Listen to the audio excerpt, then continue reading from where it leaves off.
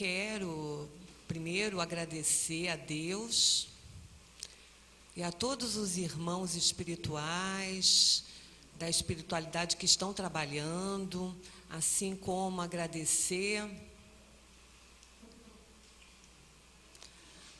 ao que foi já combinado antes de eu renascer, nos oferecendo uma responsabilidade diferente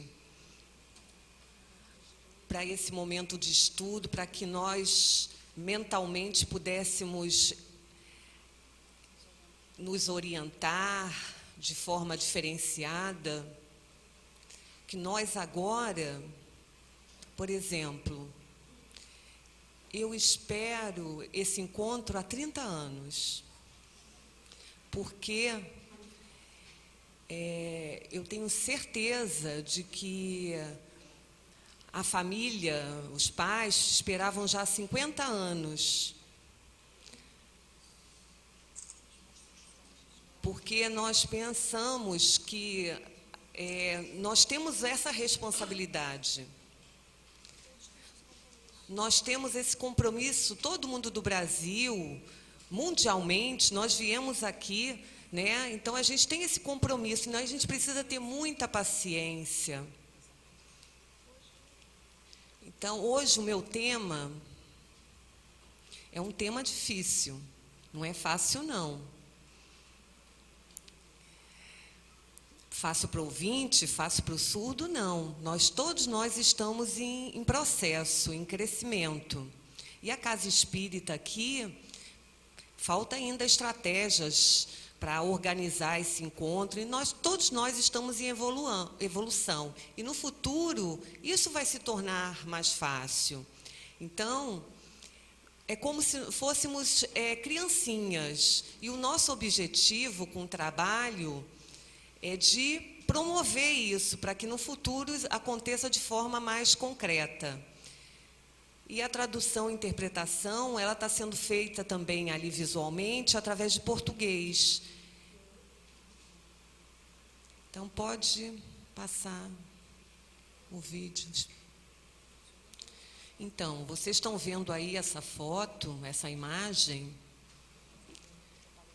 de um palestrante, né, e os intérpretes, no caso. Tem um palestrante e um intérprete ao lado.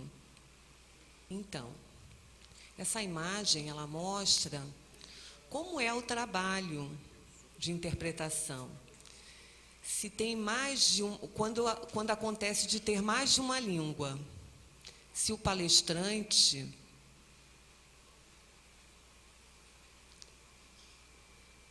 que precisa, no caso, por exemplo, essa configuração no caso, essa posição aqui. A energia está vindo para essa pessoa. E ele começa a receber essas informações da espiritualidade. E o intérprete, ele precisa estar em comunhão nessa onda de energia, assim como o intérprete surdo que está fazendo, o guia-intérprete. E aí o primeiro palestrante, ele precisa, através dessa energia, dessa luz, estar em sintonia, todos os três em sintonia. Porque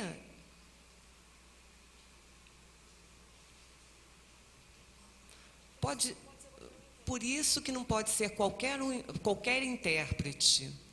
É necessário o conhecimento e a crença também. Porque se nós não acreditamos no Espiritismo, como é que a gente vai sentir? Porque às vezes pode ser que tenha tirar a língua de sinais, diminuir, no caso, o contexto da língua de sinais. E o intérprete precisa fazer esses ajustes. Por exemplo, o palestrante, ele está recebendo da espiritualidade e aí acaba apresentando falhas para o intérprete, porque o intérprete não está entendendo essa relação. Então, a minha pesquisa foi em cima do Evangelho segundo o Espiritismo que teve 21 vezes as explicações para a língua e 17 sobre linguagem, somando 38 vezes. Então, por exemplo, está sendo apresentado aqui o foco é a questão da língua, né, que é importante, e a linguagem, como se relacionam.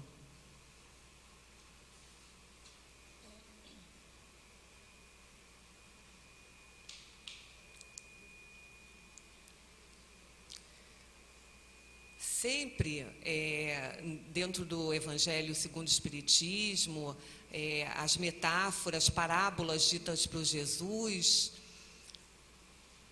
cada pessoa não tem esse conhecimento pronto. É necessário estar evoluindo em relação a isso. Precisa entender isso.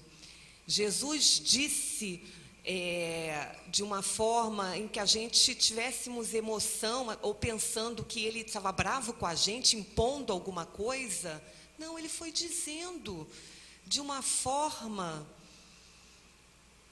explicando, como por exemplo, por favor, vamos ver essa imagem. Vocês estão visualizando essa imagem, é uma foto. Tem uma pessoa de mãos levantadas. Vocês conseguem ver essa pessoa? E as outras armadas.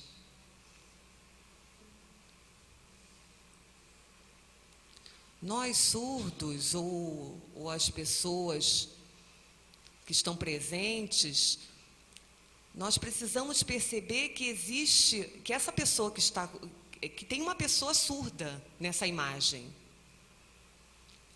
Essa pintura, né? Essa pintura foi feita por uma pessoa surda.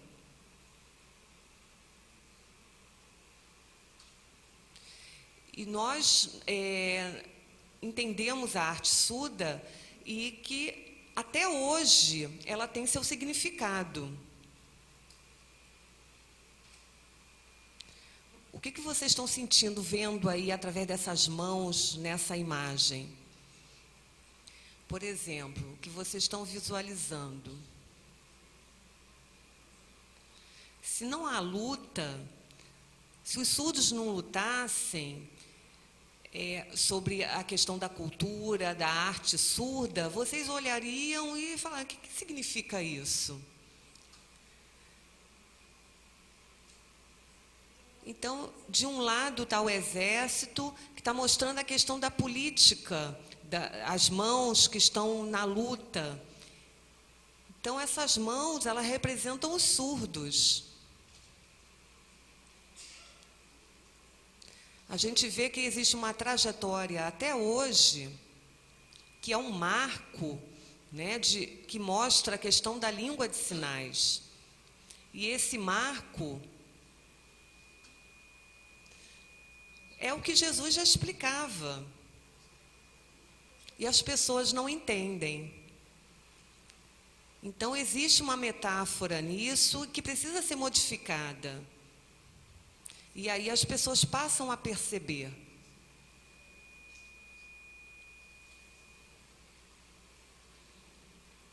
Então, ideias. Como se organizam? Às vezes o intérprete, ele está interpretando,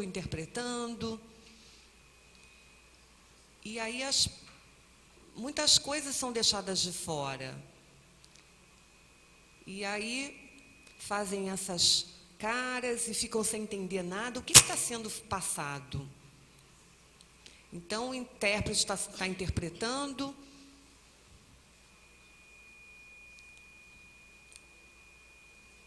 Porque o intérprete pensa que a palestra está ocorrendo de forma satisfatória, mas precisa acontecer o estudo também. Porque nós, surdos, nós temos o visual presente, diferentemente do ouvinte. O ouvinte, através da audição, ele está entendendo a palestra, tudo que contém na fala do palestrante.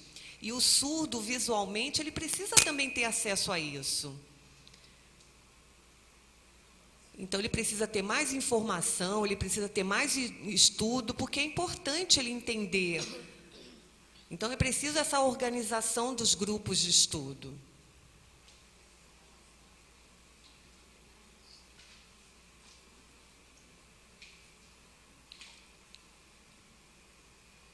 Então, essa imagem que vocês estão vendo,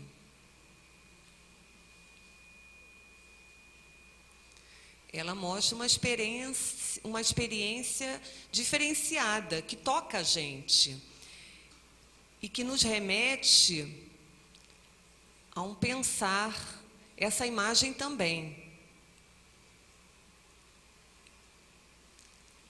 A questão do intérprete, que pode explicar a beleza, mas o surdo, ele não entende muito isso.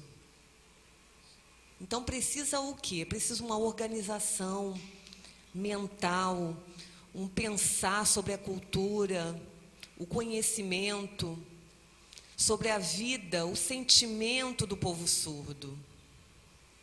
Então, o encontro da língua de sinais, o ouvinte também precisa ser tocado por isso, por essa sinalização, pelas mãos que se movimentam. E essa imagem, ela mostra isso, para que todos percebam que o povo surdo, ele também tem esse olhar. Então, por exemplo, essa imagem, essa foto, mostra que precisa ter uma organização cerebral através quando a pessoa está sinalizando.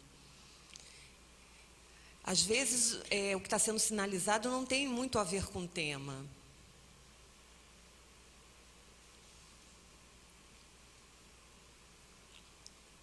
Então, no passado, 1880, o sinal de hoje era assim.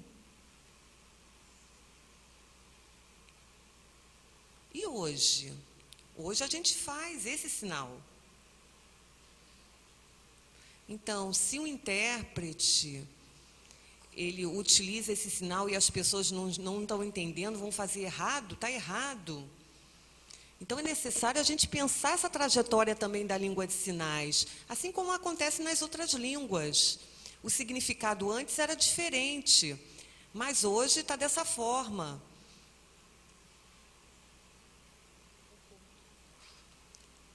Adulto, por exemplo, o sinal era diferente. O sinal de adulto. Então, é necessário que o intérprete pense sobre isso, sobre o significado dos temas, o contexto em que está sendo realizado. Às vezes, quando acontece uma tempestade, as pessoas imaginam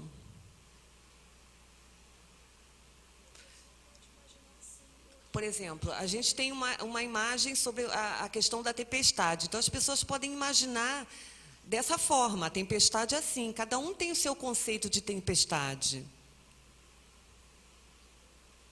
Outra pessoa pode imaginar dessa forma, o conceito de tempestade. Outra assim. Então, o intérprete... Todos os intérpretes são iguais? Têm a mesma imaginação? Não. Então, é necessário que se tenha paciência, que o surdo precise ter paciência em relação a isso. A gente pode fazer os ajustes, dependendo do contexto. É importante passar essa informação de forma detalhada. Isso é importante. Se, por exemplo, a língua de sinais, ela falta alguma coisa, algum sinal que ainda não foi constituído, hoje, por exemplo... Como é que eu penso sobre essa língua? Qual o sinal de espiritismo? Então, às vezes, acaba tendo falhas nisso, não há uma perfeição nesse detalhamento, nessa informação. Então, é necessário uma organização para que isso aconteça de forma perfeita. Então, hoje, nós estamos organizando isso. Então, tem momento que não precisa do intérprete, que é o momento do passe. O que é mais importante é esse contato interior com a espiritualidade. A espiritualidade realizando aquele momento no passe, proporcionando paz, luz. Isso é preciso naquele momento e precisa de pressa. Então é direto esse contato da espiritualidade. Não há remédio. É um remédio para a pessoa que está tomando passe. Então, é necessário esse momento certo e é necessário que exista esse conhecimento desse momento do passe.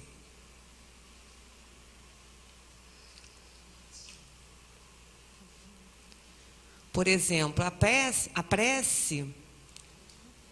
ela não precisa ser sinalizada exatamente como o surdo está falando. Ela precisa de adaptações. O que é importante nesse momento é o conhecimento, é o esclarecimento, estar claro a prece. Então, qual o valor da prece? Às vezes as pessoas falam muito e eu fico pensando, por que ela está falando muita coisa bonita, palavras sofisticadas? Mas e a ideia? O que ela está me proporcionando? O que a prece naquele momento está me proporcionando de verdadeiro? Eu posso comparar, por exemplo, com as outras religiões, a prece? Não, eu preciso comparar a minha prece espírita com as outras religiões?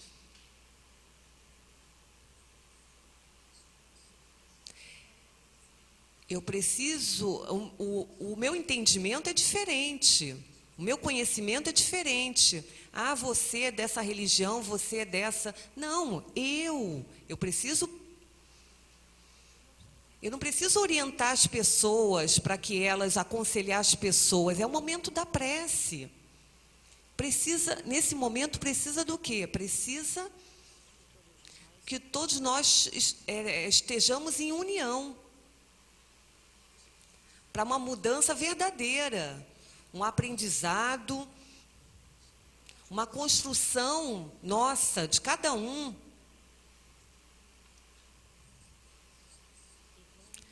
É como se nós estivéssemos interiorizando e fazendo a mudança verdadeira, mudar tudo que está dentro de nós. Isso é o objetivo do Espiritismo. É essa mudança interior. O meu amigo também está mudando, a família está modificando, nós também estamos nos modificando em relação a essas pessoas. O mundo todo, todos nós em sintonia. Então, é claro que, primeiramente, eu preciso me modificar. Então, essas são as referências do meu estudo, do Evangelho segundo o Espiritismo, e obrigado pela presença de todos. Bom dia a todos. Eu vou mostrar para vocês um pouco de sinais meus, de Ana Regina. Meu sinal é esse, Ana Regina. É um prazer estar aqui no Grupo Espírita, falando sobre o Evangelho segundo o Espiritismo, junto com o encontro aqui para surdos e ouvintes, que eu vou mostrar também um pouco do trabalho. As pessoas que trabalharam juntas. O grupo surgiu com o tema esse manuário. É um livro, algo assim, próprio de sinais espíritas. Os participantes do grupo sou eu, Patrícia, Regiane, Francisco e o Ivan. Ele é lá do Rio Grande do Sul. Não pôde vir hoje. Nós combinamos e fizemos a criação dos sinais espíritas. Ok? Próximo, por favor.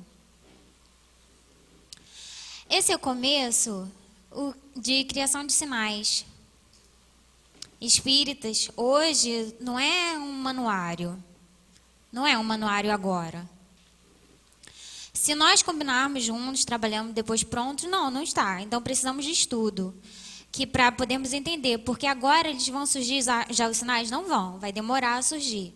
É um trabalho longo. O surgimento dos sinais espíritas e os significados são diferentes. Também o manuário tem um significado diferente. O dicionário tem significado diferente. E outras coisas também, por exemplo. O manuário, ele tem uma palavra própria de surgimento próprio do contexto do INES. O grupo de surdos e ouvintes, professores e pedagogos, bilíngues, pesquisadores que fizeram criar um manuário, que tem este sinal. Este é o sinal de manuário. Nós, do grupo, não vamos pegar esse sinal de manuário, porque é a marca própria do INES. Então, precisa pesquisar e ter o combinamento deles. Eu não posso usar esse sinal. Mas o grupo de pesquisa precisa ter cuidado. Porque científico, precisa ter fundamento científico. Próprio do INES, eu não posso pegar o sinal manuário próprio do INES e surgir no grupo de sinal espírita. Não dá. Então, nós precisamos discutir em um momento certo, fazer o desenvolvimento para resolver o sinal próprio do que será os significados dos sinais espíritas.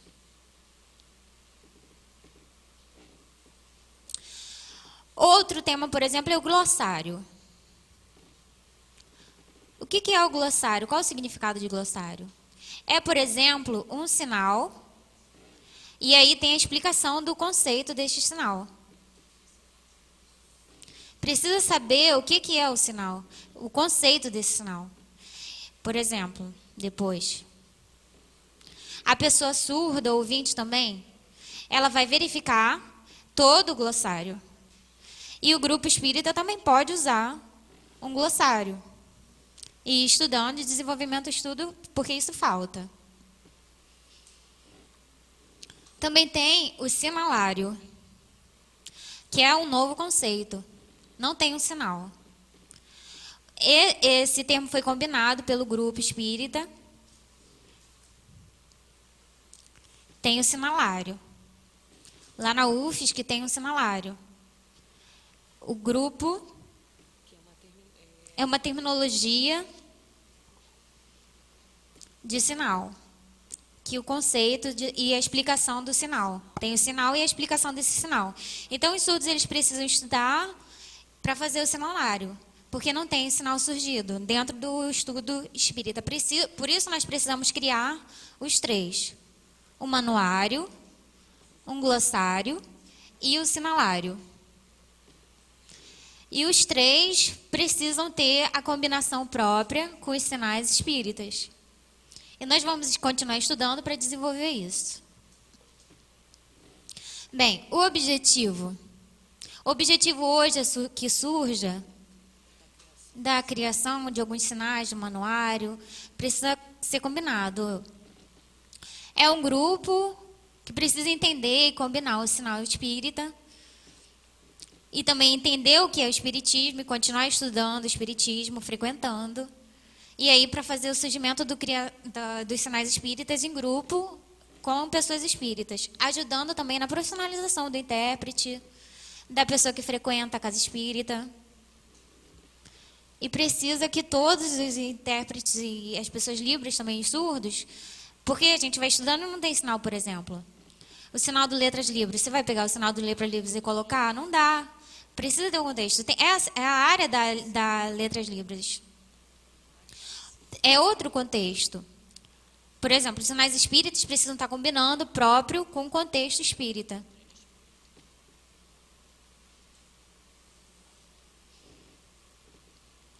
O sinal espírita, por exemplo, a fundamentação, tem uma fundamentação própria.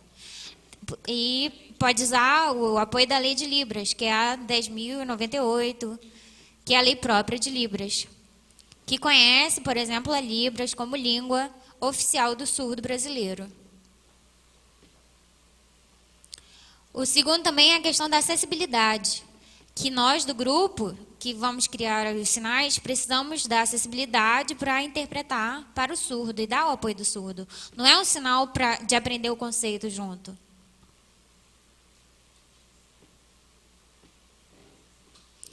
Como que pode ser a metodologia do grupo? Como que vai ser a metodologia? Bom, nós precisamos escolher profissionais próprios de grupos profissionais que tenham formação de letras libras, com foco, lógico que o foco é a Libras, não é qualquer pessoa. Então, precisam ser profissionais escolhidos, com formação. E também doutores, por exemplo, eu sou doutora, eu ensino para surdos.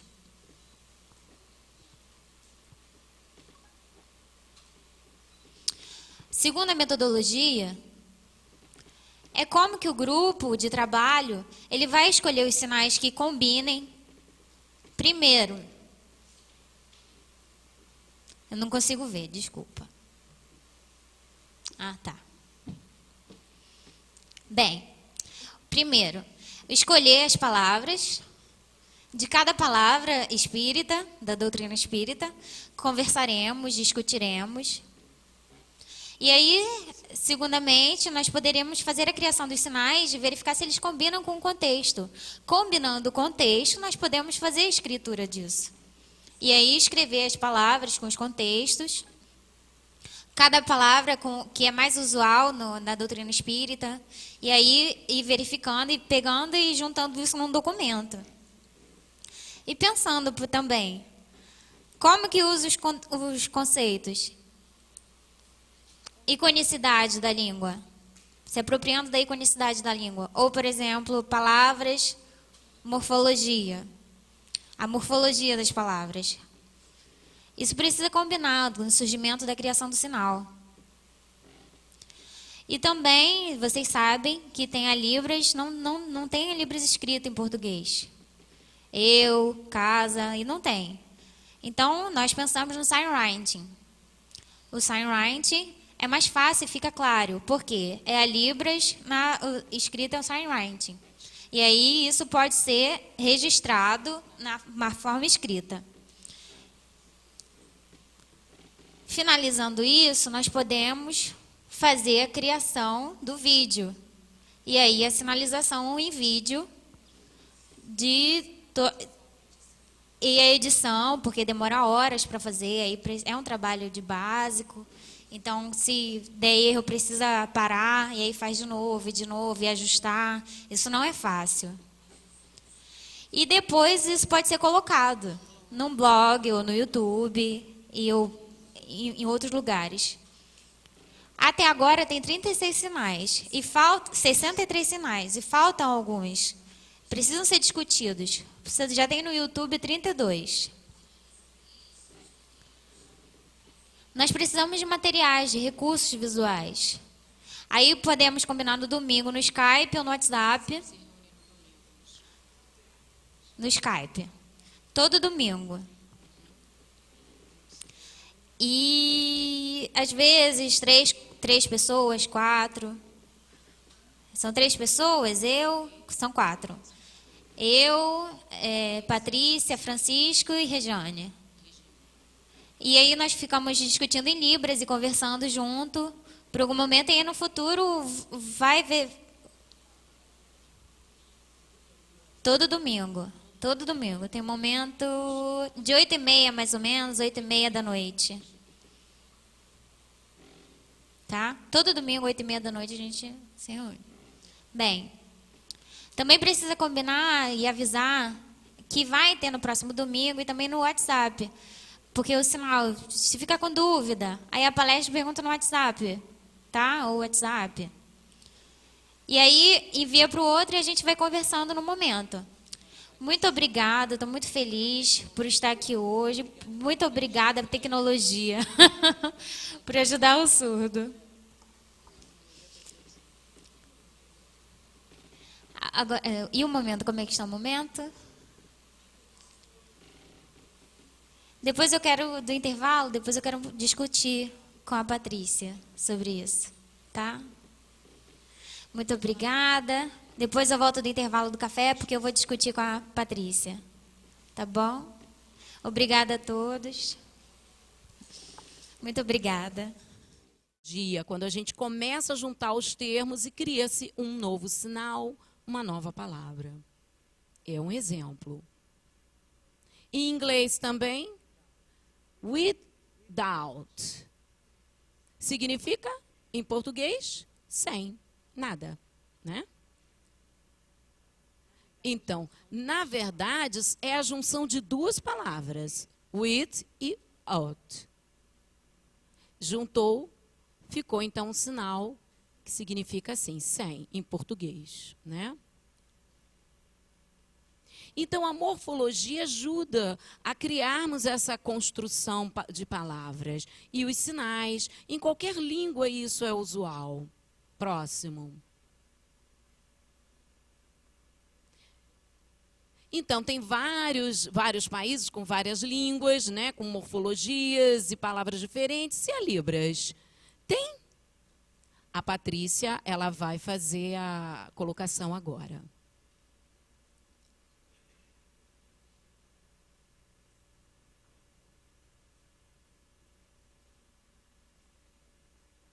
Por exemplo, no seminário de surdos, são criados todos esses sinais, todas essas expressões novas, no Congresso do INES, no Seminário de Letras Libras. Próximo, por favor. Não tem. É só em Libras. Só um minutinho. Desculpa que ficou faltando aqui. Por exemplo, no seminário, a gente usa a letra S. Essa é a configuração, essa é a configuração para seminário de surdos. Esse é o sinal. Então, surdo junto com S de seminários dá esse sinal, seminário dos surdos. Isso foi inventado, claro, foi criado. Não é um sinal espírita, é só para a gente fazer uma comparação que existe a possibilidade dessa criação de expressões. O INES, o sinal é esse. Então, o Congresso do INES fica assim, essa configuração. Seminário, essa configuração. Seminário do INES. E letras Libras, todo mundo sabe que é a letra L e Libras. Então, junta com esta configuração. E ficou esta configuração. Então, é a morfologia também da língua de sinais. Não entendeu o quê?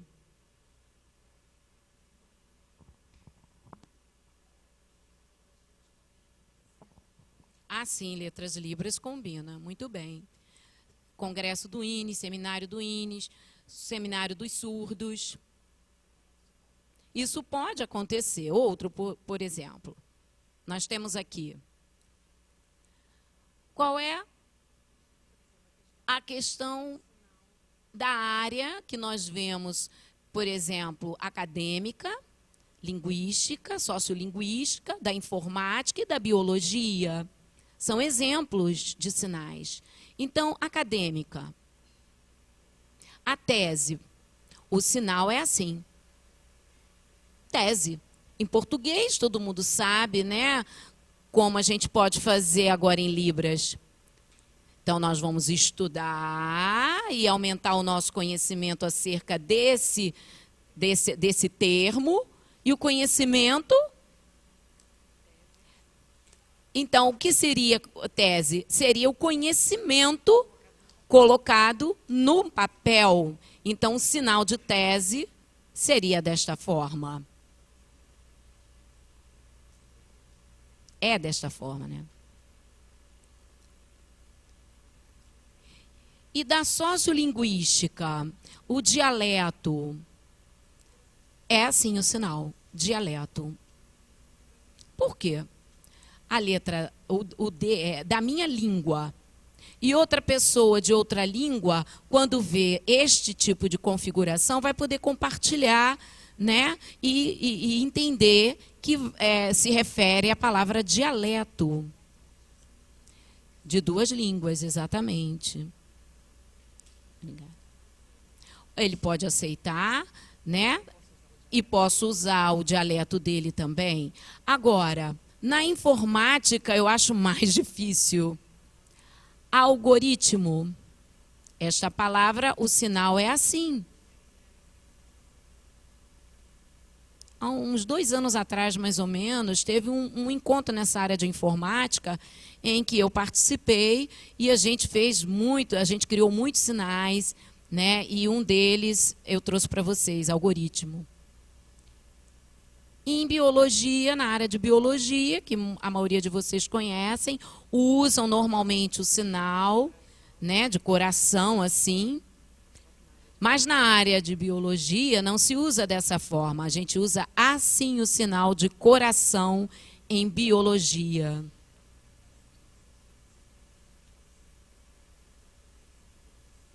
Então, é a criação muito importante que os surdos, né, estudaram e estão tentando usar.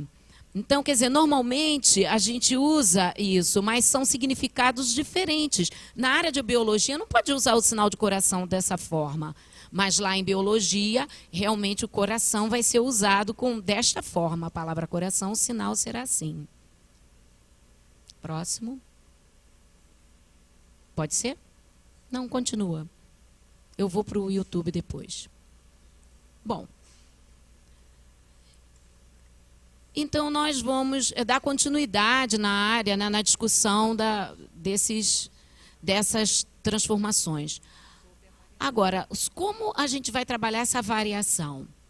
Por exemplo, verbos, substantivos, sinais criados, que a gente começou a discutir e demorou muito. Por exemplo, verbo tem ação, substantivos, advérbios, tem várias palavras e são focos diferentes e a discussão é uma discussão nova. Não é igual a letras libras. A letras libras estuda a ciência, né, a comprovação de artigos, enfim.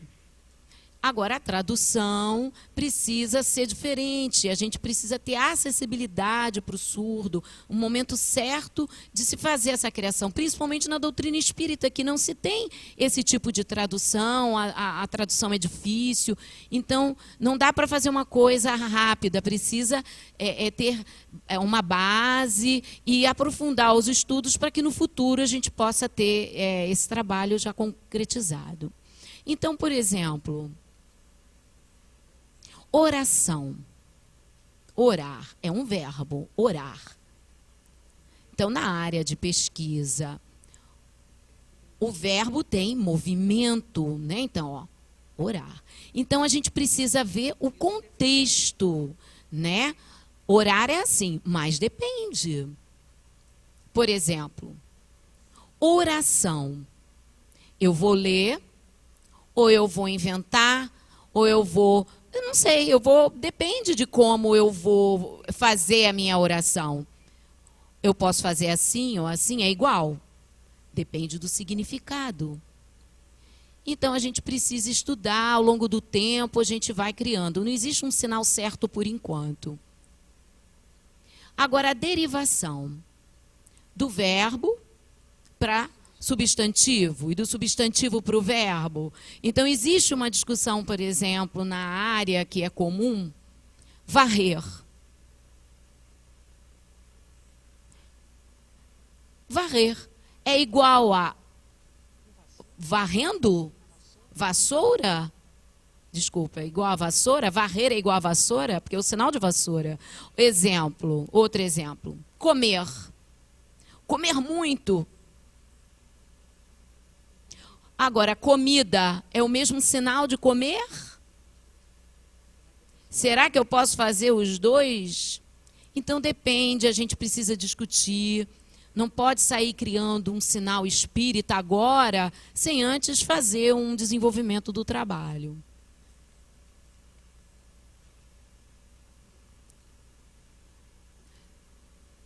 Sinais espíritas, a gente precisa ter o quê? De acordo com as iconicidades.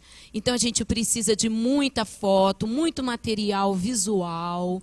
Isso ainda não existe, então a gente precisa perceber. Então, a partir de agora, a gente vai começar, né, a estudar e ver todos esses exemplos, quais são os conceitos que estão, né, permeados dentro dessa figuração. Então, precisa de uma discussão. E não é o que é certo e errado, precisa de um estudo, que a gente precisa também de informações livres para que a gente possa compor esse estudo. Então, nós precisamos estar combinando os sinais, mas evitando a letra. Por exemplo, espírita não tem letra. E se eu fizesse assim? A letra E. Não, não, não. A gente não quer a influência da língua portuguesa. Por quê? Porque é natural a língua de sinais usar a questão da iconicidade, é própria do surdo, então a letra não. Então a gente só vai usar realmente os sinais.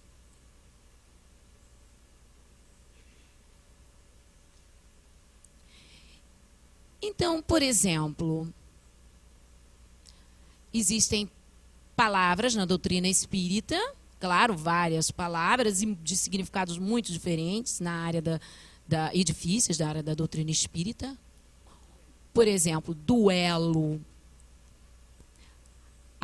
Eu sempre, há muito tempo, historicamente, eu já vim percebendo que eu conheço o sinal de duelo assim.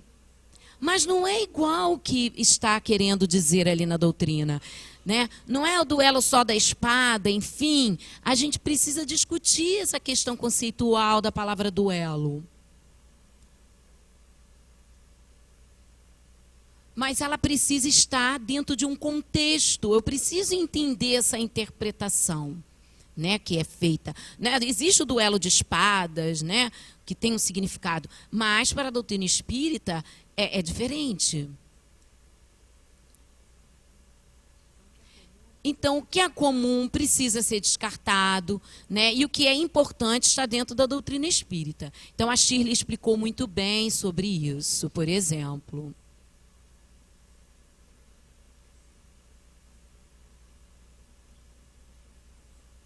E a tradução e interpretação em Libras, ela precisa ficar clara para o surdo. A Shirley fez essa explicação. O surdo, ele tem um significado visual diferente da palavra.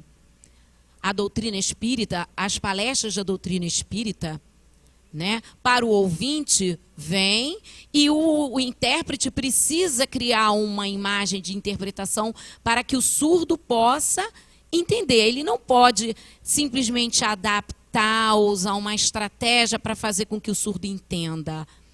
Precisa de toda essa imagem, né, trabalhada. Isso, é uma descrição imagética para o intérprete passar isso para o surdo, porque o surdo não conhece muitos conceitos da doutrina espírita. Então, o tradutor e o intérprete precisam pensar no surdo, que desde criança sempre foi visual e ele sempre usou a língua de sinais, por exemplo, né? E ele vai aprender também o português escrito, é claro, vai ler os textos, vai entender os conceitos para depois, então, ter essa imagem, né, codificada para poder entender o que está sendo passado. Então, eu torço para que nas casas espíritas desenvolvam esse trabalho, incentivem, né, essa discussão também, ok? Então, por exemplo, aqui nessas imagens, nós estamos vendo pessoas sentadas, dando a mão, e está acontecendo ruídos na mesa. Então, é a questão das mesas girantes. São os espíritos batedores. Batedores na mesa? Batendo? Esse bater... Não é assim. A sinalização deve ser desta forma. Por exemplo, o copo, ou o lápis, ou outro objeto qualquer batendo nessa posição. Não dá para ser na lateral, né? Então, o intérprete ou o tradutor, ele vai precisar criar essa imagem para poder apresentar para o surdo de uma forma visual concreta e dentro do contexto. Outra imagem, por exemplo, a casa, uma menina se assustou com o barulho que ela ouviu na parede. Aí sim, a gente vai sinalizar dessa forma. Aí não vai ser na base horizontal, né, na mesa. Por quê? Porque, dependendo do local, a gente vai interpretar de acordo com o que está sendo mostrado na imagem. É mesa, então é dessa forma, é parede ou é no alto. Então, depende da palestra, depende do contexto. Outra.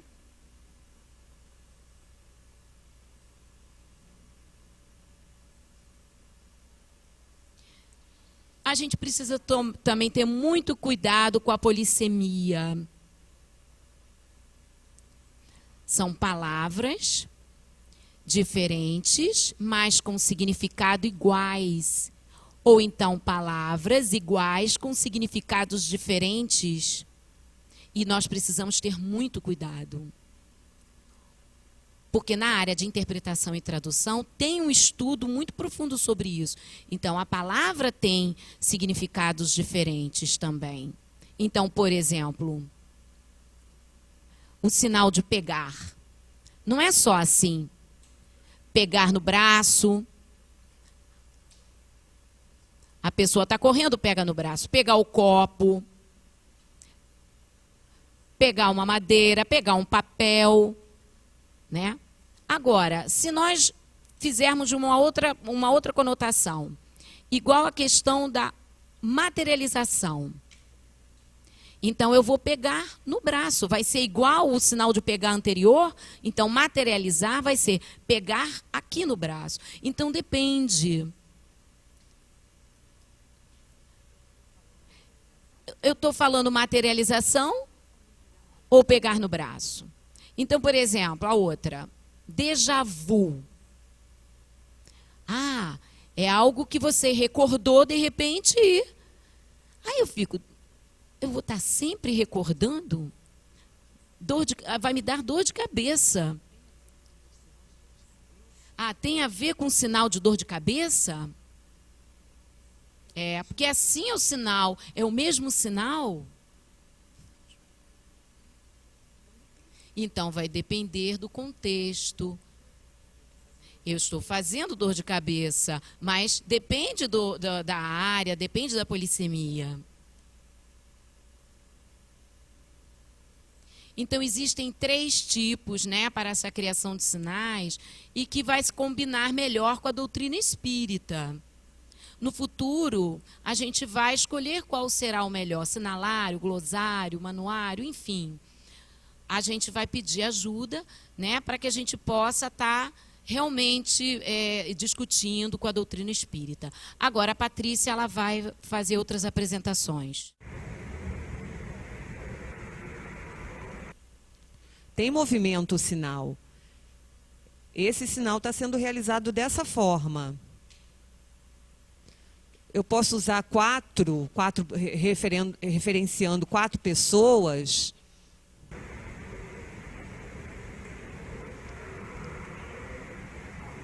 Por que esse sinal de Chico?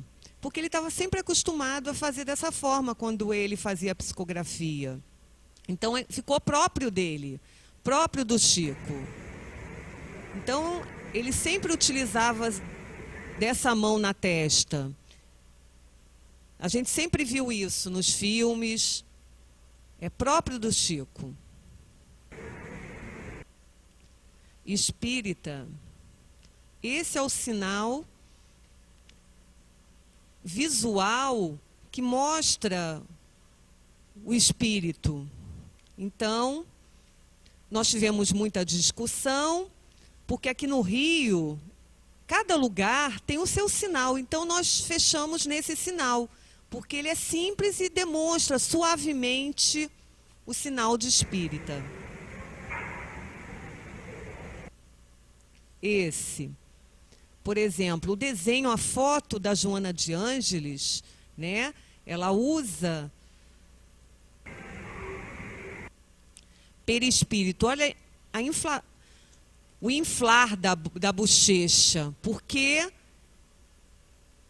é uma matéria que fica em volta do corpo, então infla. É como se tivesse nesse formato, inflando o corpo. Então, a gente tem uma matéria nela, contida, inflando o espírito, no caso.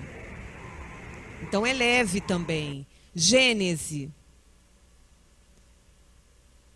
Esse movimento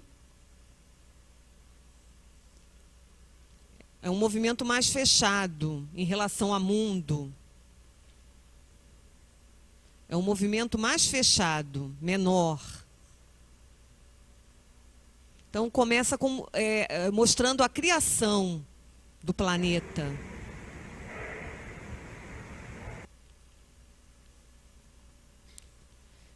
A carne, mostrando, porque o material a gente sempre faz dessa forma, o surdo sempre faz dessa forma. Material tem a ver com a carne, com o corpo.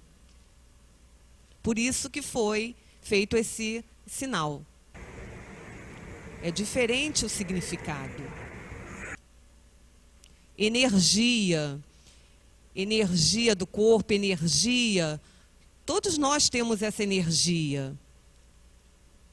Então, foi realizado dessa forma.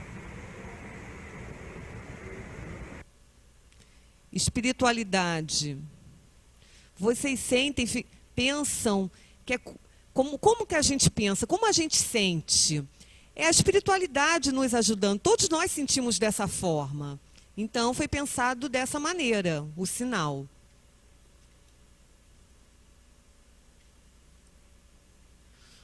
Porque, como, por exemplo, eu estou num momento de dificuldade, de angústia, então a gente reza, como que eu vou conseguir essa ajuda? Através da espiritualidade, do alto. Então,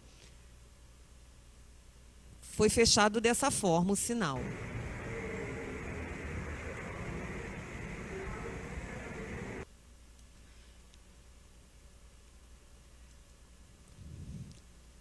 Não vamos misturar as religiões, isso é próprio do espiritismo.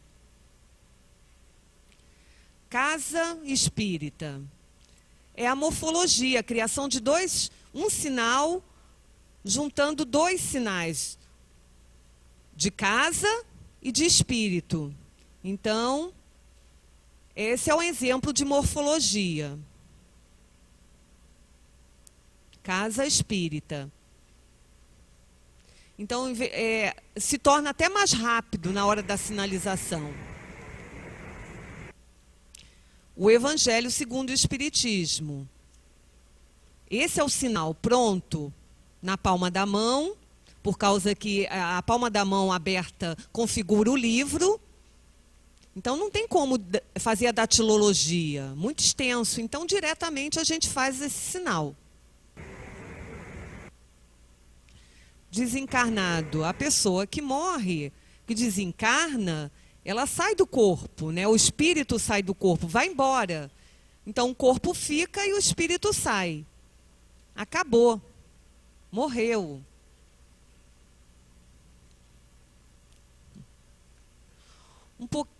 Algum tempo atrás, né, vários sinais sendo criados. Então a gente pensou de uma outra forma, né? Esse foi o primeiro sinal pensado. Então, a gente pensou nesse porque virou pó. Então, é necessário fazer essa mão sendo fechada. O espírito sai e a mão fecha, porque ela muda, o corpo muda, vira pó. Então, esse sinal foi o primeiro sinal criado. Então, depois nós colocaremos.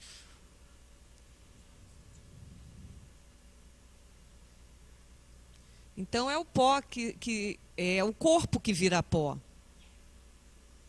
Então, eu pensei e estou avisando aqui a você. Então, está sendo criado. Então, isso é normal, a criação, né? Há pouco tempo a gente descobriu isso.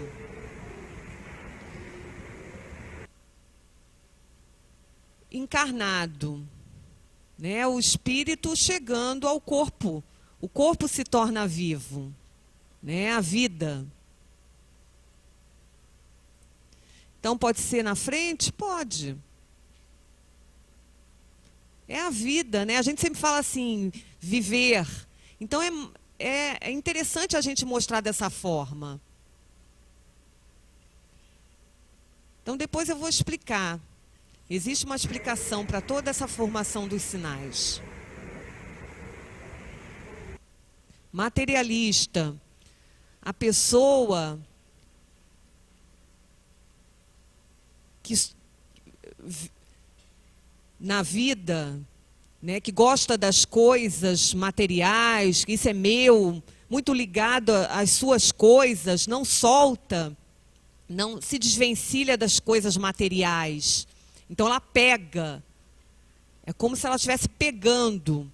Então falta o sentimento, né? Isso é meu, isso é meu. Então quando ele morre, quando essa pessoa morre, como ela vai viver? É muito ruim, né? Então precisa se desapegar, né?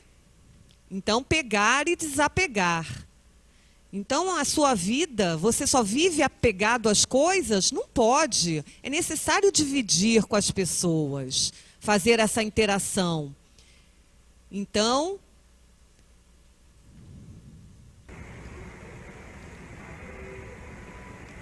energia corporal, mostrando, próprio do corpo. Então, a energia descendo pelo corpo. Né? Então, a gente faz esse sinal atrelado ao corpo.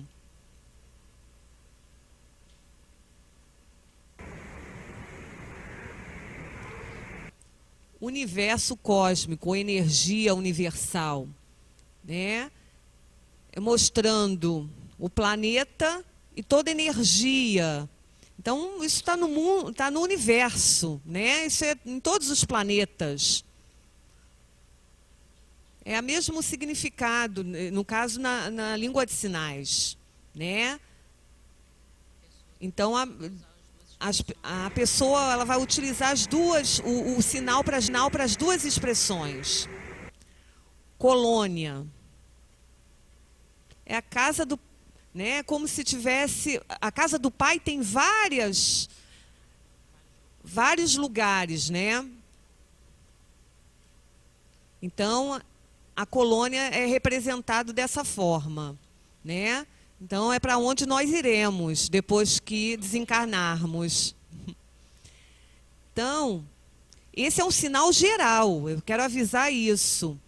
Colônia tem vários significados, tá? Então, eu não posso detalhar. Num futuro, a gente vai poder fazer isso, mas isso é um sinal geral, para ajudar nesse momento da interpretação e tradução. Mas um aprofundamento maior, num futuro, será realizado. O foco agora precisa desse sinal, nesse momento. Então, isso vai ajudar o intérprete. Passe, né? A gente está copiando o que acontece realmente no momento do passe. Né? Eu, por exemplo, tomo passe, nesse momento, né, a imagem é essa. O passista, então sou eu que executo o passe. Então, eu realizo dessa forma, eu fazendo o passe. Então, o sinal realizado é esse. Chakra. Então, nós sabemos que temos esses pontos no corpo, né? Vocês conhecem. Então, nós fazemos a imagem perfeita do que nós temos no corpo. Então, ele não conhece, a pessoa não conhece. A pessoa que está perguntando aí tem a imagem? Não tem. Então, o chakra é isso, são luzes que são pontos de luzes que saem do corpo. Então, não tem como a gente inventar um outro sinal. Pela imagem mesmo do significado da palavra chakra, é que a gente faz o sinal. Evolução, evoluir. Então, depende do contexto que é realizado. Então, eu posso fazer assim, né? Evoluir. Nós precisamos evoluir. Então, o sinal é igual para os dois contextos. Então, corpo astral. A pessoa está dormindo, sonhando, a pessoa ela vai passear, ela vai sair do corpo. É claro que existe um cordão que liga esse corpo ao espírito. Então, ele vai sair, vai fazer os seus passeios no sonho. Então, umbral é a mesma coisa, é a localização, diferentemente da colônia, né, que fica em cima, o umbral fica embaixo. Então, todos nós sabemos disso, todos nós conhecemos, né? Então, a gente precisa aprender, é um local de sofrimento, de aprendizado. O céu e o inferno, de Kardec, né, está mostrando. Então, através desse sinal, já está mostrando a localização do céu e do inferno. Claro e visual. Então, tem pessoas, tem médiuns que têm essa possibilidade de ver, né, além, conseguem ver. Então, o sinal é realizado dessa forma. Próprio da visão.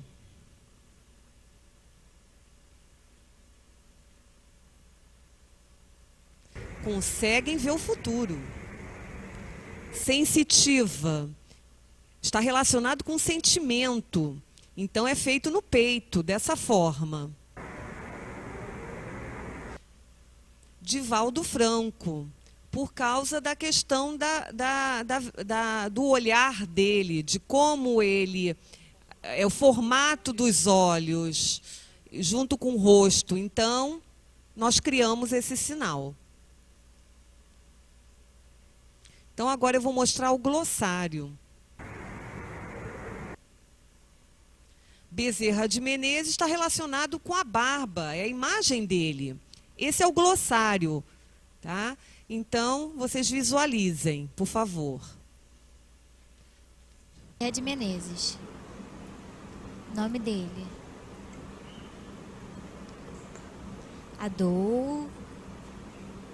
Adolfo Bezerra de Menezes. Carvalho. Cavalcante. Um dos principais médiuns espíritas que faz divulgação dentro da doutrina espírita pelo Brasil. Bezerra de Menezes, Adolfo Bezerra de Menezes Cavalcante, foi um médico militar e escritor. Bezerra de Menezes, o sinal. Ele ajudava os pobres, Bezerra de Menezes, esse é o sinal. Bem, ele ajudou os surdos. Isso é para ajudar os surdos com o conceito, mas também precisa de muito mais ajuda. Falta no grupo dos surdos, e também é difícil entender o português, porque é o L2. A leitura é difícil. Então, precisa do glossário, com todos os sinais, que agora são 63, que precisa fazer esse vídeo com todos esses sinais que faltam. É muito trabalho, são 62 sinais que faltam fazer.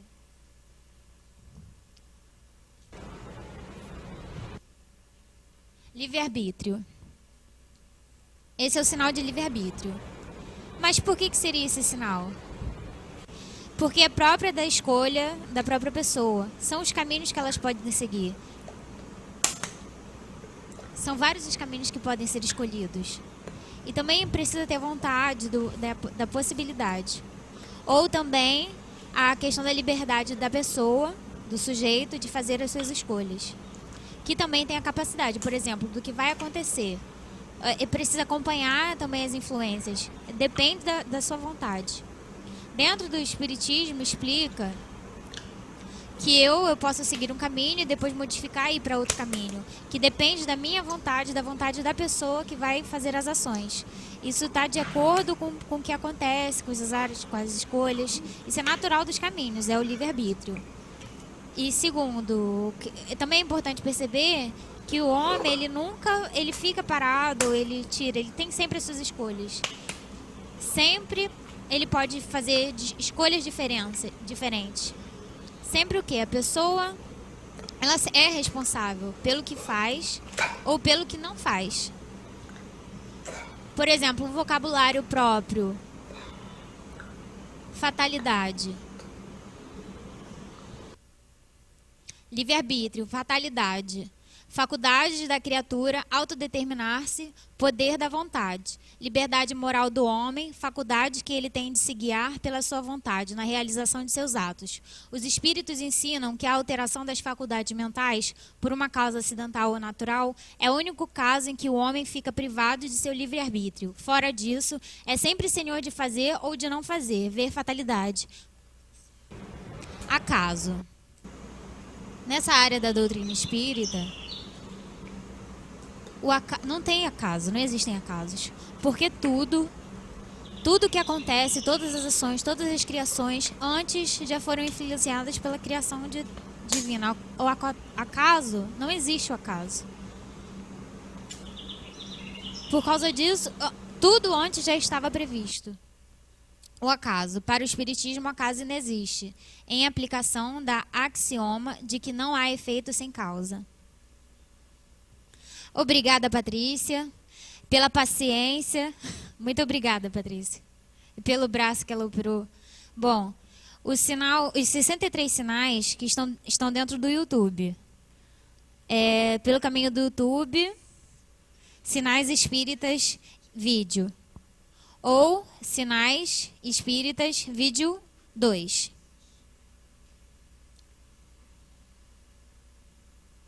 O glossário, ele não está ainda no YouTube. Ainda não coloquei.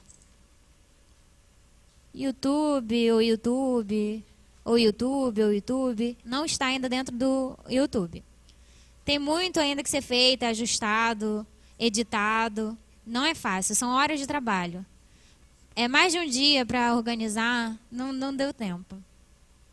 Bem, se vocês querem, pode ser mandado por e-mail. sinaisespíritas@gmail.com.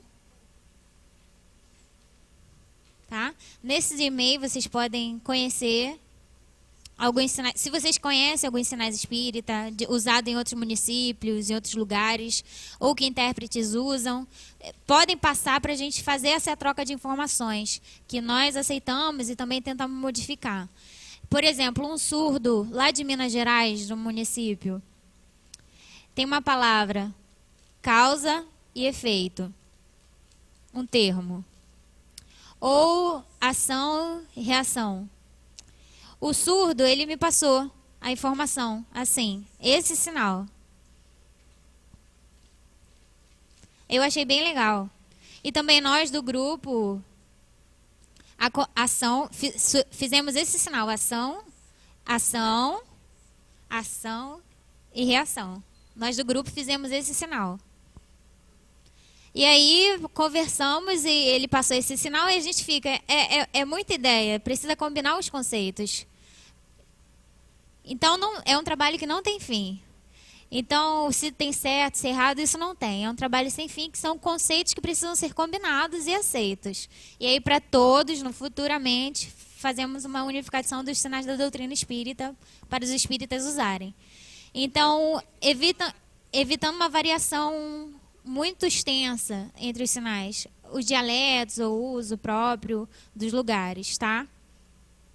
Então, precisa ser unificação geral dos sinais da doutrina espírita. É um trabalho que precisa ser feito dentro da doutrina espírita com os profissionais tradutores e intérpretes. Podem mandar e-mail com dúvidas, informações, podem mandar vídeo também, pode encaminhar. Para nós verificarmos também fica mais fácil nós verificarmos no Skype, tá? Muito obrigada pela frequência de participação de todos. Bom dia. Bom, agora eu vou começar a palestra. Estou muito feliz, porque é muito especial estar aqui com todos vocês nesse momento, com surdos que há muitos anos, há muito tempo, vivendo na escuridão, e agora a gente descobre, a gente plantou uma semente que está florescendo e que no futuro vai crescer ainda mais. O meu tempo é curto e eu vou falar sobre os conceitos espíritas e vou fazer uma contextualização para que os surdos comecem a entender a doutrina espírita, que eles não conhecem ainda. Então vamos aproveitar para fazer essa contextualização e clarear essas ideias para os amigos surdos. O que é espiritismo? Como que surgiu o espiritismo?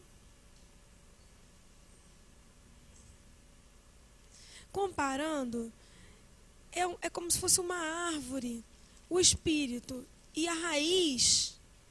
O que é a raiz? A raiz seria a doutrina espírita. É uma comparação. Por quê? Porque a doutrina espírita, a gente vai tendo ensinamentos e vai se desenvolvendo, vai crescendo. O espiritismo, ele se desenvolve como? Ele precisa de dois campos. É um campo intelectual. O que é o campo intelectual? É o estudo, é próprio da inteligência, da cognição, e tem a questão da moral. A educação, os ensinamentos, a doutrina, a ética, os conceitos. Então, precisa dessas duas questões, a intelectual e a moral. Quando o espírito está encarnado, ele está pronto? Mas não, ele precisa de receber ensinamentos, informações. Por quê? Porque ele precisa se desenvolver. E o plano espiritual, ele vai passando esses ensinamentos e ensinando a pessoa encarnada a desenvolver espiritualmente. Como que ele se desenvolve? Com a ajuda do plano espiritual. Com a ajuda da inteligência, da parte intelectual e da parte moral.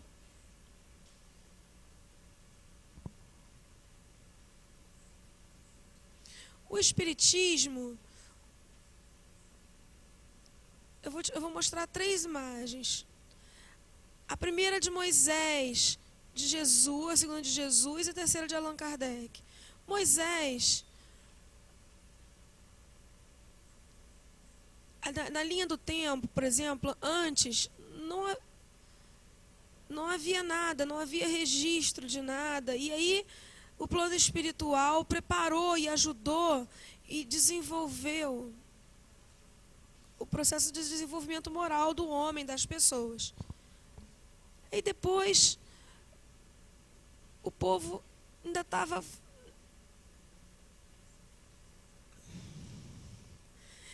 muito fraco, muito falho. E aí, aí foi criadas as leis. Precisava da primeira lei, a lei moral, a lei religiosa, a lei social, a lei moral, a religiosa,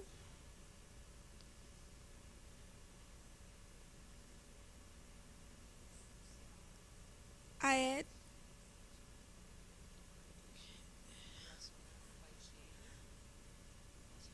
a higiene, porque o povo não tinha o costume, o hábito da higiene.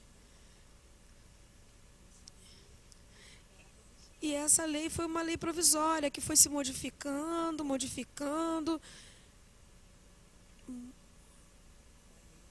A lei mosaica. E aí ela foi se modificando.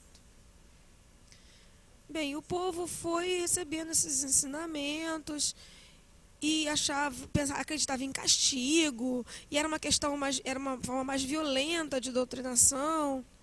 E isso foi se desenvolvendo. Na história, tem a questão da adoração à imagem, ao bezerro de ouro. E aí surgiu o monoteísmo.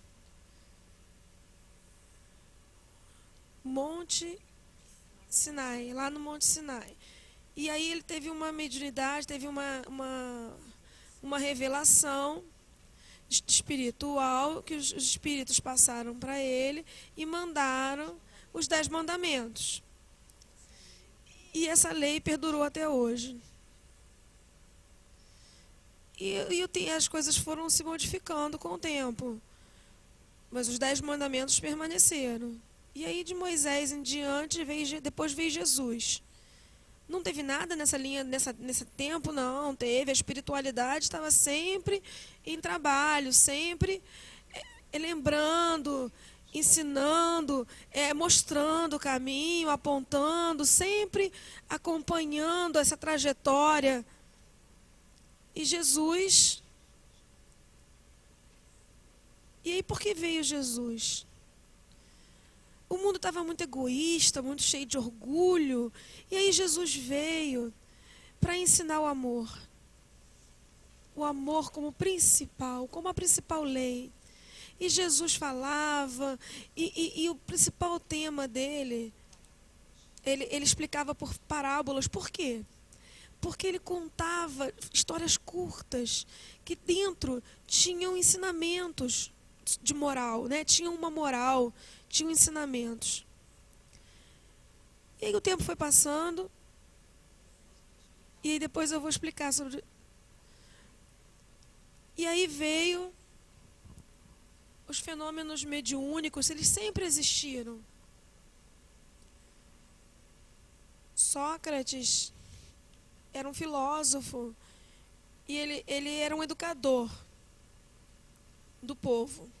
E ele estava preocupado com os costumes. Não era isso, com a cultura, não. Ele estava preocupado com o homem, com o que tinha dentro do homem, a sua alma, a sua moral, em que ele acreditava, no seu espírito, na vida após a morte. Sócrates não deixou nada escrito, não deixou nenhum registro. Platão foi aluno de Sócrates. E aí registrou, fez os registros dos ensinamentos de Sócrates.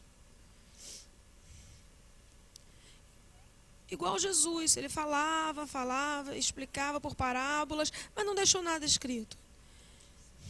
Mas os seus discípulos, eles registraram o que Jesus falava.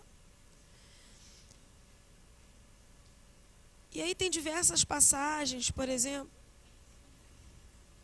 E aí ele tem a mediunidade. Bom, Jesus provou que os pescadores eles não conseguiam, o barco estava difícil e a correnteza estava muito braba, o mar estava agitado e os pescadores não conseguiam pescar os peixes. E aí Jesus veio e mostrou para eles que era possível.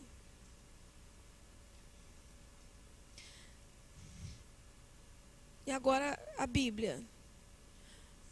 São vários fenômenos mediúnicos. Por exemplo, Maria, mãe de Jesus. Ela recebeu um anjo que avisou para ela que ela estaria grávida de Jesus. Ela estava grávida de Jesus isso é um fenômeno mediúnico. Quando Maria recebeu essa informação, foi um fenômeno mediúnico. Outra história linda da Bíblia, descrita por Emmanuel, é a história de Saulo. Era um doutor, Saulo.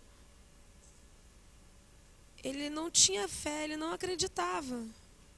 E Paulo acreditava. Um dia, ele estava no cavalo, seguindo o seu caminho, no deserto, e aconteceu uma luz e que cegou os olhos dele, e ele só ouvia uma voz e dizia assim, que era Jesus e que você vem para me seguir. Isso é um fenômeno mediúnico. Na história tem diversas outras passagens. Eu estou fazendo um resumo. Joana d'Arc, por exemplo, que era uma mulher soldado e ela tinha conhecimentos mediúnicos e as pessoas pensavam que era louca, mas ela não era, e ela acabou sendo morta na fogueira, como um mártir. O século XIX foi um desses momentos muito importantes em que o espiritismo chegou muito, que foi dada à humanidade, houve uma revolução, uma mudança na humanidade. Muitos espíritos, muitas discussões, muitas questões surgiram nessa época. E tem personagens ilustres que ajudaram no desenvolvimento da humanidade. Eu não vou falar sobre cada um deles porque não dá tempo, mas a gente conhece Napoleão, né, que foi um líder revolucionário, que instigou a revolução para a mudança das leis e outros. Grandes transformações aconteceram na Europa e depois nos Estados Unidos, e os movimentos sociais foram deflagrando essa mudança da sociedade. A deposição de reis, a queda do absolutismo, e os Estados Unidos ficaram observando e vendo esse desenvolvimento, e aí também ocorreu a independência americana. E aí os Estados Unidos teve a independência e viu, poxa, então vamos fazer a revolução. E aí a Europa também teve a revolução, a França também passou por uma revolução significativa. Tivemos a Revolução Francesa, que influenciou o mundo todo. Eu estou entendendo, desculpa, é por causa do tempo. Bom, eu vou falar rápido. Voltando aos Estados Unidos, eu vi uma casa velha, antiga, e que vivia uma família Fox. Perdi. Então foi nesse contexto histórico que começou a surgir o espiritismo.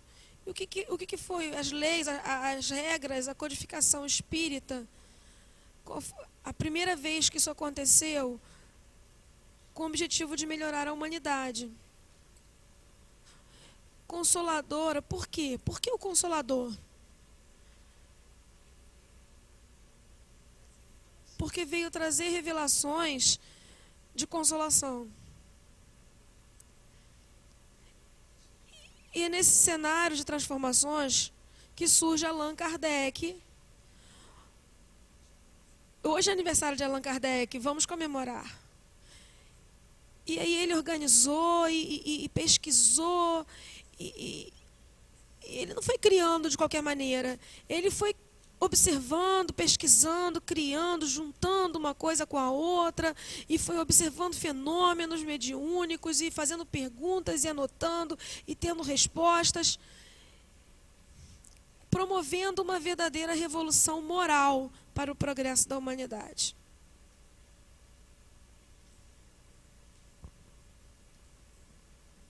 Allan Kardec, ele é o codificador. O que é isso? Codificador. Codificador da doutrina. É quem organiza, quem orienta. Eu estou falando rápido, desculpa. Ele, com o tempo, ele criou o Livro dos Espíritos, que foi o primeiro livro. O Livro dos Espíritos, que foi em 18 de abril de 1857. E essa data passou a ser considerada a fundação do Espiritismo. O quê? O que é Espiritismo? Eu sou espírita, eu sou o quê? Por isso que foi criado esse livro. E aí ele criou outros livros. Foram 5 no total. E essa é a obra completa. É o Pentateuco.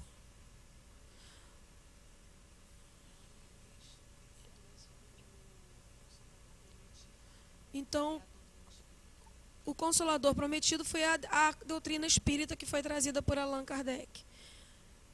Eu antes falei que foi difícil, não foi fácil, é difícil de entender, de interpretar, de compreender essa doutrina, é difícil.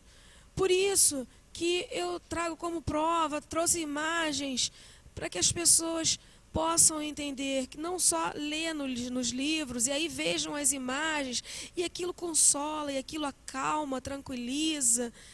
Porque as pessoas sofrem, as pessoas têm problemas, atribulações do dia a dia, tem guerra, violência e tantas coisas. E a doutrina nos consola, nos acalma. E a gente tem que agradecer a doutrina espírita. Que o espiritismo é importante na nossa vida. Desculpe pelo tempo, o tempo acabou. Obrigada. Bom dia a todos. Meu nome é Sônia.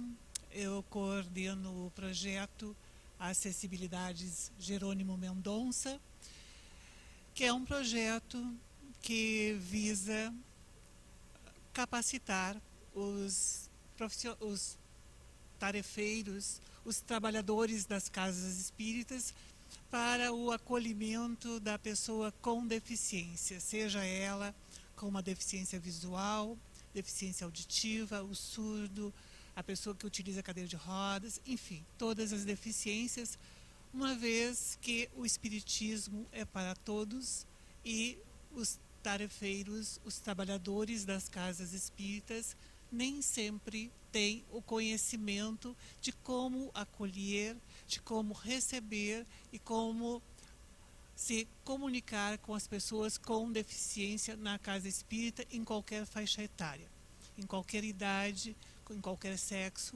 Então, para isto vem o projeto Acessibilidade Jerônimo Mendonça, e aos poucos nós vamos explicar também quem é Jerônimo Mendonça. Mas nós, então, estamos fazendo este trabalho, uma vez que é necessário. A Patrícia colocou que o espiritismo, a doutrina espírita, é uma doutrina de consolação. E é uma doutrina de consolação, de esclarecimento. E todos nós, e isto o projeto Jerônimo Mendonça, o projeto Acessibilidade Jerônimo Mendonça, PAGEM, ele coloca que todos nós somos espíritos em evolução, tendo ou não uma deficiência.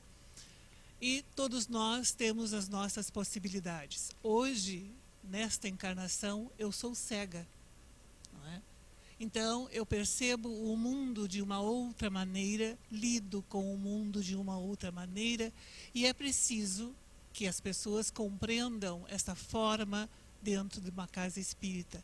Vocês, ou a grande maioria, são surdos, outros são cegos surdos, e tudo isto precisa passar para o entendimento das pessoas que trabalham nas casas espíritas, para que elas possam entender como a doutrina vai chegar até cada um de nós, de uma forma que nós possamos entender, compreender, assimilar e colocar na nossa vida prática, para que nós todos possamos evoluir. Todos nós viemos com as nossas deficiências, ou ao longo do tempo nós adquirimos algumas deficiências, justamente porque nós precisamos aprender a lidar com situações, a nos amadurecer especialmente de forma espiritual. A Patrícia apresentou que o espiritismo traz que nós precisamos evoluir intelectual e moralmente. E muitas vezes é a nossa deficiência que nos faz pensar na vida de uma outra maneira. Então, para a nossa evolução, nós precisamos disso. Mas nós precisamos também que as pessoas compreendam o que é que a deficiência, o que é que as dificuldades estão dizendo para nós e para eles.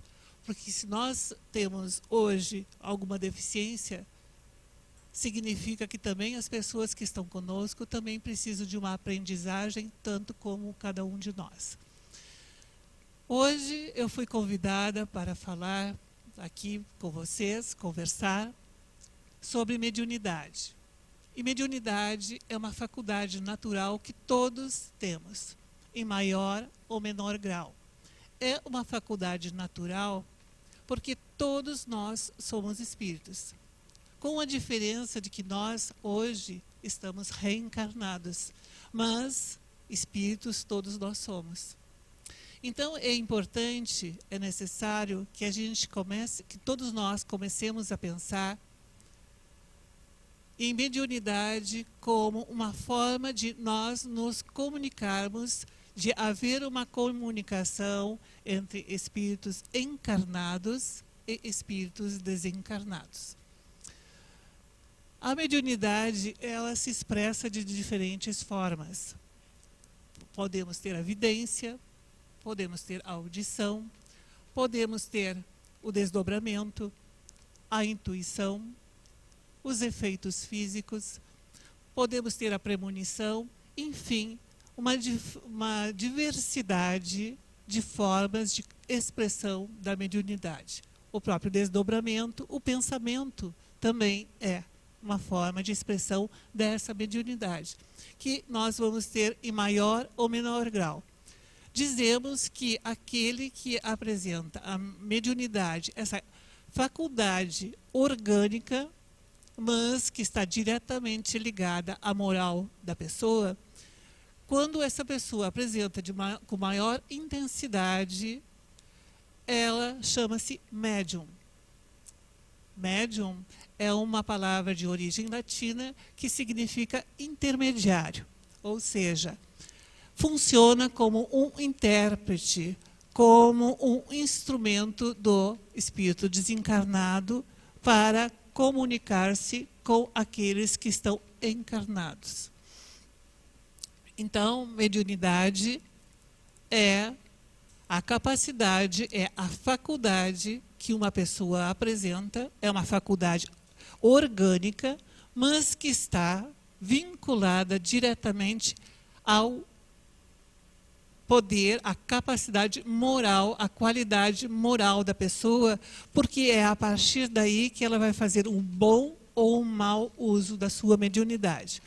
E se ela não disciplinar a sua mediunidade, se ela não aperfeiçoar-se na sua capacidade, na sua sensibilidade espiritual, se ela não tiver conhecimentos da doutrina espírita, se ela não souber as questões específicas da própria mediunidade, como concentrar-se, como desconcentrar-se, como conhecer o perispírito e as propriedades do perispírito, a lei de causa e efeito, e entre tantas outras aprendizagens, se este médium não tiver estes conhecimentos, ele provavelmente irá criar problemas, situações bastante difíceis, desconfortáveis e constrangedoras, não somente para si, como para as demais pessoas. Então, a mediunidade é algo extremamente sério, é um compromisso muito sério que todos nós temos e que no momento que vamos desenvolver, precisamos, na casa espírita, ter uma boa forma de compartilhar com as demais pessoas e este conhecimento e este estudo chegar até nós e nós até as pessoas que estão junto conosco, para que elas possam compreender como é que na pessoa com deficiência essa mediunidade pode se externalizar. A mediunidade ela acontece ou por merecimento, ou então por uma necessidade espiritual que cada um de nós possa ter. Nesse sentido, já na espiritualidade, enquanto nós estamos desencarnados, no nosso planejamento reencarnatório, nós já assumimos este compromisso, seja essa pessoa com ou sem deficiência. Em relação à mediunidade e deficiência, nós temos, Allan Kardec já fez essa pergunta aos espíritos, no livro dos médiuns, na segunda parte, no capítulo 6º, ele pergunta se a clarividência é algo que está somente vinculado aos olhos do médium. E os espíritos respondem que o médium pensa que enxerga, mas quem realmente enxerga é a alma. Por isso que o médium tanto enxerga com os olhos abertos como com os olhos fechados. No livro Nos Domínios da Mediunidade, André Luiz aprofunda este conhecimento, dizendo, né, que os cegos e os surdos conseguem ouvir e ver os espíritos, porque esta é uma faculdade da mente, mente-espírito. Então, um cego, um surdo, convenientemente educados na sua mediunidade, podem ver e ouvir espíritos. E isto nós temos várias demonstrações. Nós tivemos ao longo da história vários médiuns com deficiência. Nós tivemos aqui mesmo no Rio de Janeiro, Luiz Antônio Mileco, um cego que enxergava os espíritos. Hoje ele já está desencarnado. Nós tivemos Jerônimo Mendonça. Jerônimo Mendonça, ele tinha artrite reumatoide e ele foi por todo o Brasil realizando palestras, fundou Casa Espírita, também uma creche, e Jerônimo Mendonça tinha artrite reumatoide, estava num leito e ele viajava por todo o Brasil numa Kombi fazendo esse trabalho. Depois de um determinado período, Jerônimo Mendonça ficou cego. Então, ele cego e em um leito, ele realizou toda a sua atividade espírita. Nós tivemos também tantos e tantos outros médiuns, e aqui eu gostaria de conversar. Alguém pode botar o vídeo a foto da Antusa? Aqui nós gostaríamos de falar também sobre Antusa Ferreira Martins. Antusa Ferreira Martins, ela nasceu em Minas Gerais, em Uberaba, no dia 9 de setembro de 1902. Aos 4 anos, Antusa teve uma meningite e os médicos desenganaram para a família, a Antusa, e ela ficou com alguns problemas. Sua família ficou muito entristecida, é claro, mas levaram adiante e Antusa, mais para frente, ela passa a ver espíritos e não consegue entender o que estava acontecendo com ela. E a família também não entende, porque nem a Antusa, nem a família, ninguém era espírita. Aos 15 anos de idade, Antusa e a família vão para Sacramento. E em Sacramento, ela conhece Eurípides Barçanufo. E logo quando o Eurípides Barçanufo encontra Antusa, ele fala que ela tem uma importante tarefa no campo da mediunidade. Então ela começa a trabalhar com o Eurípides na farmácia e também com a medicação, com os remédios homeopáticos. 2 anos depois, Eurípides desencarna e, ao desencarnar, a Antusa fica muito triste e um dia em que ela estava chorando, ela ouve alguém chamá-la, Antusa, Antusa, e ela se volta para trás e ela vê o Eurípides Barçanufo, que já havia desencarnado, ela vê e ele diz, não chore porque você precisa trabalhar muito. E logo em seguida, ela e a família vão para Uberaba. E em Uberaba, ela começa a trabalhar, ela participa do Ponto Bezerra de Menezes, que era um centro espírita na casa de Maria Modesto Cravo. Lá, ela recebe a comunicação do seu espírito protetor, Santo Agostinho, dizendo que ela tinha uma importante tarefa dentro do espiritismo. E a partir daí, Antusa começou a trabalhar, dar passes, e junto com a sua mediunidade de passes, e juntamente com a sua mediunidade curadora, com a sua capacidade de enxergar espíritos, de ouvir os espíritos, ela começa a desenvolver todo um trabalho de assistência aos necessitados. Durante esse tempo, ela conhece Jerônimo Mendonça e diz para ele, quando ele vai encontrá-la, ele não estava cego ainda, e ela tira um tapete que estava nos pés do Jerônimo Mendonça, dizendo que ela não gostava daquele tapete vermelho e gostava de um verde, do tapete verde. E aí Jerônimo Mendonça entende da sua mediunidade, porque realmente na sua casa, a quilômetros de distância, havia um tapete verde. E Antusa diz para Jerônimo Mendonça que ela já conhecia Jerônimo Mendonça, porque todas as tardes ela, em desdobramento, em espírito, ia até a cidade de Jerônimo Mendonça, juntamente com Bezerra de Menezes, que também já estava desencarnado, dar passes em Jerônimo Mendonça. E aqui, por que eu estou contando tudo isso? Porque a Antusa Ferreira Martins fez tudo o que fez por 70 anos de mediunidade surda. A Antusa Ferreira Martins, aos 4 anos de idade, com a meningite, ela ficou surda. E toda a atividade mediúnica dela, ela fez surda. Por gestos, trabalhando, ouvindo espíritos, vendo espíritos, auxiliando pessoas.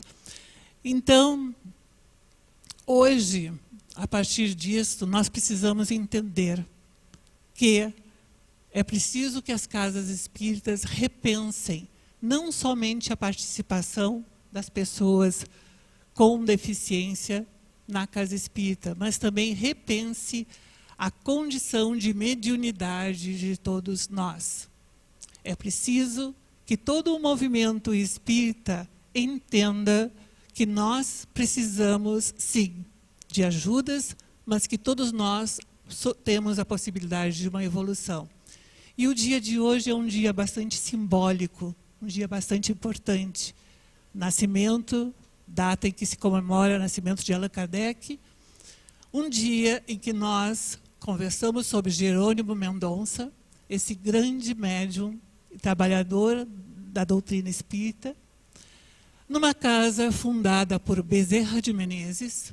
Enquanto estava encarnado, ele fundou esta casa é de Bezerra de Menezes, falando para todos num encontro de surdos sobre Antusa, essa grande médium, esse grande espírito de luz e tantos espíritos de luz que aqui conosco se encontram neste momento. Muito obrigada a todos vocês, muito obrigada a esses espíritos amorosos que constantemente nos ajudam, nos inspiram, nos intuem, nos dão forças para prosseguir em frente, para encontrar outras soluções, outras formas de viver, nos mostrando que a vida é muito mais do que a vida que nós temos aqui. A vida é algo muito lindo, muito belo, e que nós precisamos e que nós queremos fazer parte. E que a Federação Espírita Brasileira possa ver isto, possa ouvir isso, possa ouvir e sentir o nosso pedido de fazer parte da Casa Espírita, de fazer parte do movimento espírita, estudando, aprendendo, ensinando, compartilhando, vivenciando a doutrina e a nossa evolução. Muito obrigada a todos vocês, e que a paz de Deus, e que a paz do Cristo, e que a paz dos bondosos Espíritos de luz permaneçam conosco.